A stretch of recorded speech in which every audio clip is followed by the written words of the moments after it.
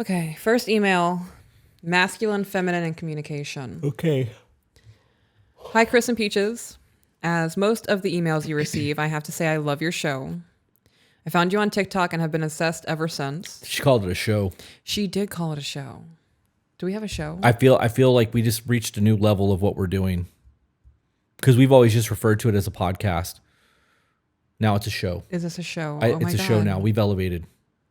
Ladies and gentlemen, welcome to the To Be Better show. I have goosebumps. Oh my God, we're co-stars. I would like a chair with my name on the back of it. Yeah? Yes. Like the folding ones? Yes.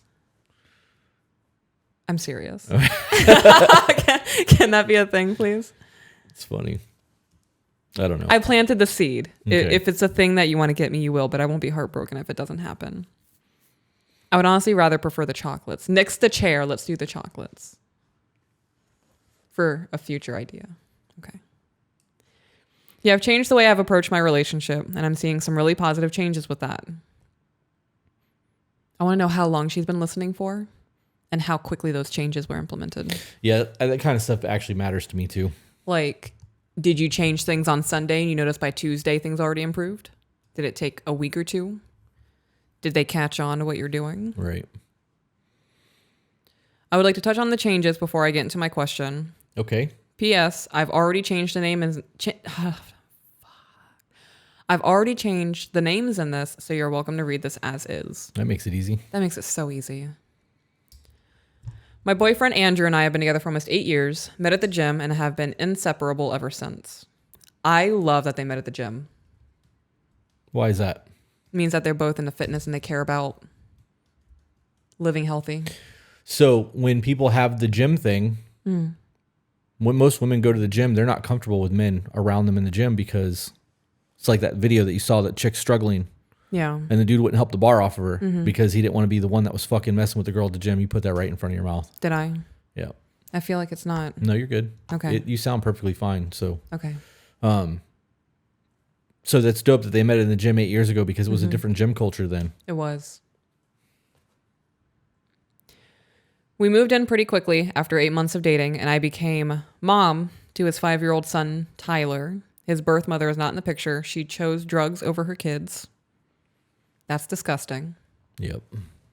If you are a mother who has done that, shame on you. And I say that with my full chest. To be clear, no misconstrued. Can't be misconstrued. If I hurt your feelings, good. Over the years, we've had small disagreements, but nothing ever lasted more than a day or two. I've always felt we had a good relationship. He's always provided for us, never been afraid to work extra hours if he needed to, and helps me when I need it. I've always had a stable and flexible job that allowed me to take over the mom role. I take pride in that role and also make sure he comes home to a clean house with food on the table. Love all that. I love hearing great things like that at the beginning of an email. And then I go, okay, but what's the problem? Right. Because you're emailing us. And it's not I'm excited to find out. It's what could it be? Because all of that is so dope. Yep. That being said, I've struggled with doing everything myself in terms of things that a man should do, i.e. taking out the trash, fixing broken things, mowing the lawn, etc. I grew up having to do a lot of things around the house as my mother has an autoimmune disease that didn't allow her to physically do a lot, and my father worked long hours to support us. I took care of the house, but also learned how to fix anything that broke in the house from my dad, learned how to fix my truck and do anything and everything. Honestly, I think my dad thought if I could do everything myself, I wouldn't date and wouldn't need a man. That you shouldn't need, you should want. Right. But that matters. Verbiage matters. It does. Okay. He is a carpenter by trade, and I've helped him build houses since I was young, digging footers for concrete, laying block, running electric, setting trusses, everything. Fast forward to my relationship. If something is broken in the house, I tend to say I'll fix it and do it without giving Andrew a chance to fix it. Okay, so that's your problem. Next. No, I'm kidding. That's the issue, though. You feel like you have taken on all of the man roles because You volunteer yourself for it and don't even give him the opportunity to say, I got it, babe. Let me take care of this for you. You're just, I'll fix it. I got it. You are too much in your masculine. I've always felt that because I knew how to do it and do it right, it was easier if I did it. Andrew would have to YouTube how to do it or research how to fix it before doing it. In hindsight, or rather since finding your podcast, I knew it bothered him that I would fix everything. Mm-hmm. I was taking that manly job away from him. Yep. I even recall a time that he jokingly said that I don't need him after fixing the shower one night. In the last few weeks, I've tried to acknowledge when something is broken to give Andrew a chance to fix it. In this time, he has installed a new dishwasher for me, fixed a door that was hard to shut, and most recently fully cleaned and fixed our AC. She gave him room to grow, and he did. Yep. Love that. I love that. And I love that she watered it. Yep.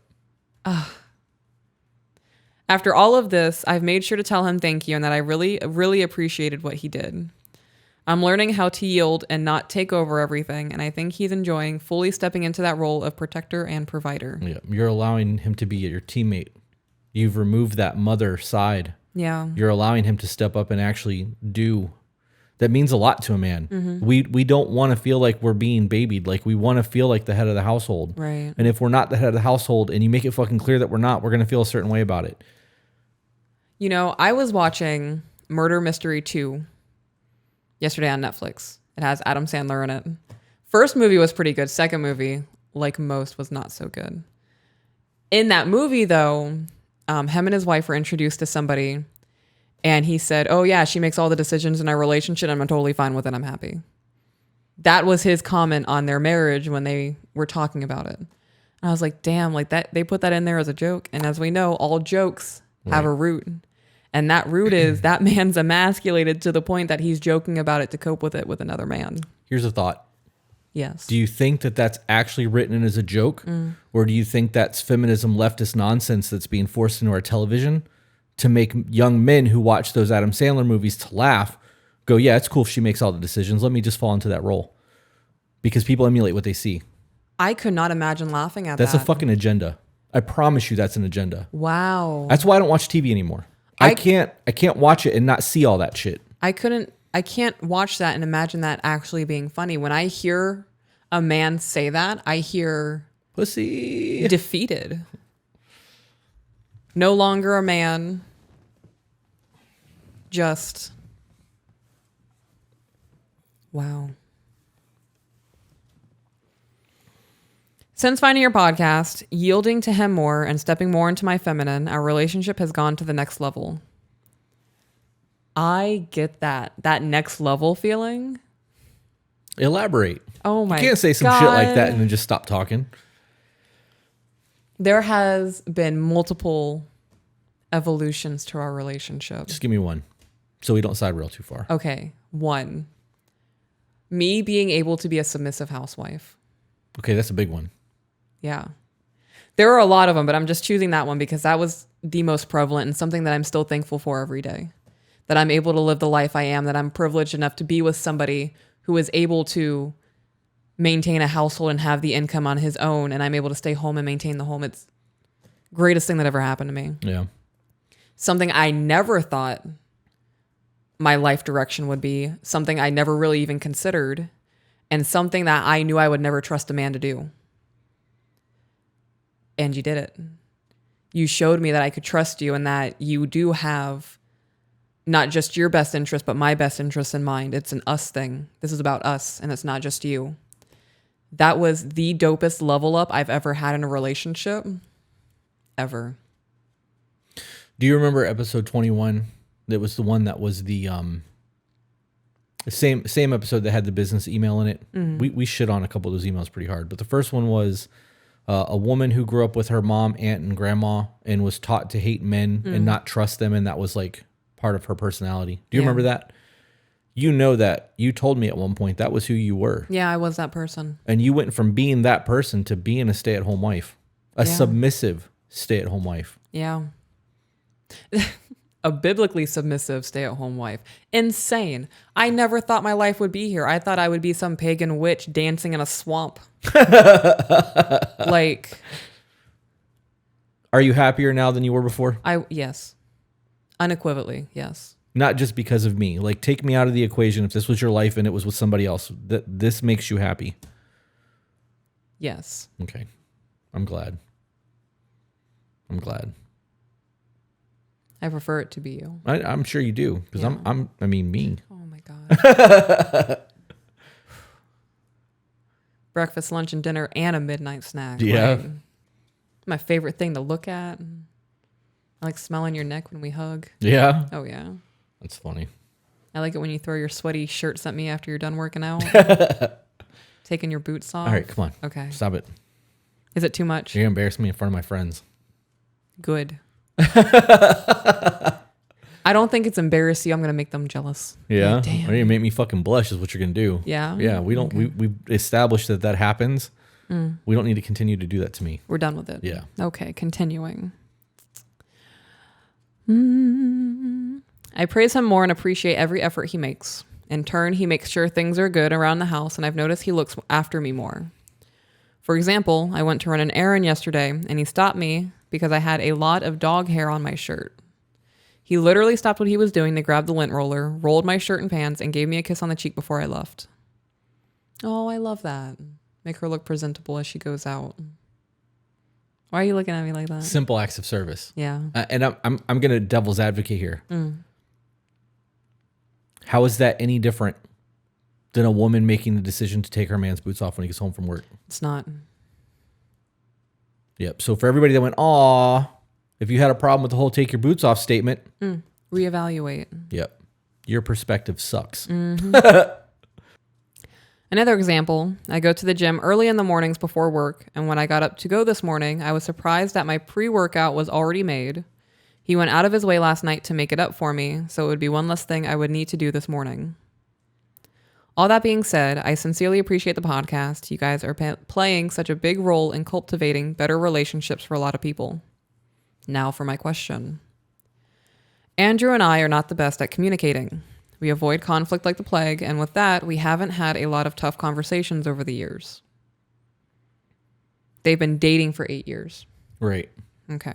I don't like that, by the way, What? that they've been dating for 8 years. So she added in another PS. She said that we've been dating for 8 years, and yes, we have plans on getting married, but neither of us are in a rush to do so. Okay. I still have a problem with that, but that's not really an issue. Okay. 8 years is a long time to dedicate to somebody and not take that leap. Right. That's a me thing.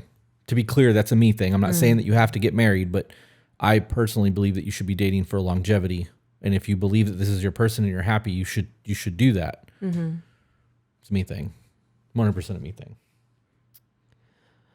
Okay. Can you read that line about non-confrontational or confrontational? How did they word that? So we avoid conflict like the plague, and with that, we haven't had a lot of tough conversations over the years. Okay.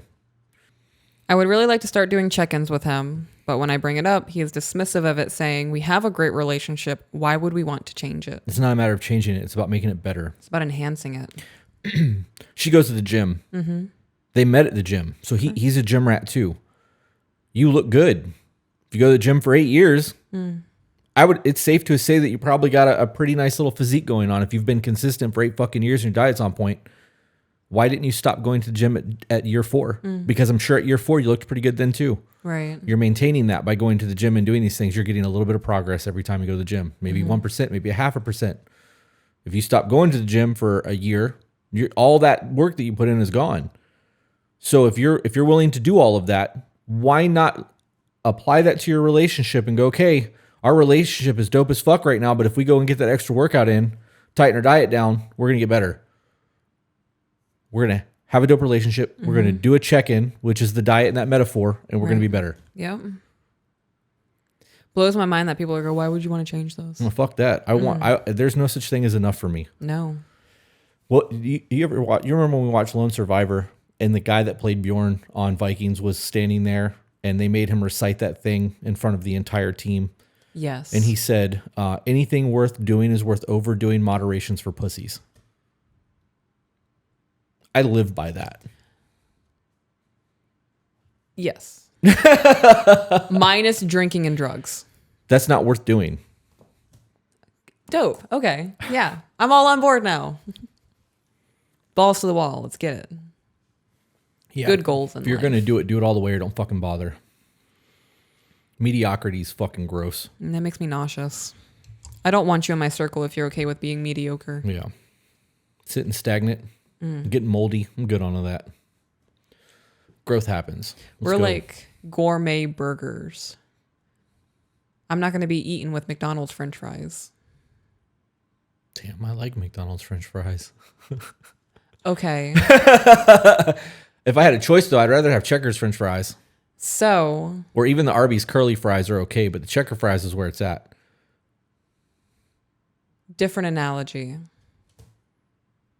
Let's just stay away from food because we're dieting. Right. So all that shit sounds good right now. So I'm my homemade mashed potatoes, and they're those like boxed instant mashed potatoes. I'll take that. I feel like this is just his way of avoiding another hard conversation. Could be. I agree with that. How are you presenting the check-ins if that's the case? Because if that's his perception of it, it's the way you've delivered it to him for him to view it that way. Maybe. Or it could just be this is a trap. Maybe. I'm going to rephrase that. It could be, in his mind, a lead-in to bigger conflict. Yeah. You know, if your conversations always start off calm and then you become escalated or you become triggered and you start yelling, you don't recognize you're yelling, and he's deflecting because he knows that's where it's going to go, I wouldn't want to do it either. Not saying that's what she's doing, but that is something a lot of people do. Yeah. I've asked him check-in questions before, such as, how could I be a better girlfriend to you? Or what can I do to make you happier? But his answer is always, you are amazing as you are. You don't need to change. Although I appreciate the answer, I feel he is just saying that to avoid an uncomfortable conversation. What does that say about your self-esteem and the way that you view yourself? Because if he views you as perfect and everything is good and he's happy, why would he look for a flaw or try to find something in you that is not to his standard? Right. You've said before that men don't hold on to things the way women do. Nope. So, for example, if a woman goes into a check-in harboring all of these little things that she noticed throughout the week and she's expecting the same thing from him, men just let shit go. Yeah. If you are asking these questions genuinely and he's just answering you, that's his answer. I will say that there's always something you can do to improve as a partner. Right. Maybe he just needs time to think about that. If you pop quiz his ass with a check-in, he may not have time to process to really think about what could be changed in life to improve his life. Excuse me. And if that's the case, it could come down to schedule the check-in. We're going to have a check-in. Here you go. Here's a real simple idea. If he hasn't watched the video, make him watch the video. It's on the YouTube channel. Just go to our channel to be better, search check-ins. It'll pull up. It's part of, I think, episode 3, and it's a standalone 51-minute video. Or go to tobebetter.co, click on downloads, and download the PDF for the check-ins, because all of the information that's in the check-in is on a PDF format. Print that shit out and fucking hand it to them. Be like, we're going to do this on Sunday. Today's Wednesday. On Sunday, I'm going to sit in your lap and we're going to do this. You have time to prep. No pop quiz shit. You can open book study if you need to. There you go. Don't give him an option. Tell him that this is something that means a lot to you. Yeah. It would make you very happy if he just appeased you. Most of the time, we're going to do that shit because we want to make you happy. And if it's really that big of an inconvenience for him, I would have a discussion as to why that's an inconvenience. Right. Because there's a deeper issue there. Do you not trust that you're not going to get shitty? Like, is he afraid to talk to you? Because there'd be a deeper Underlying problem. Right. That PDF was a good idea for us. I agree.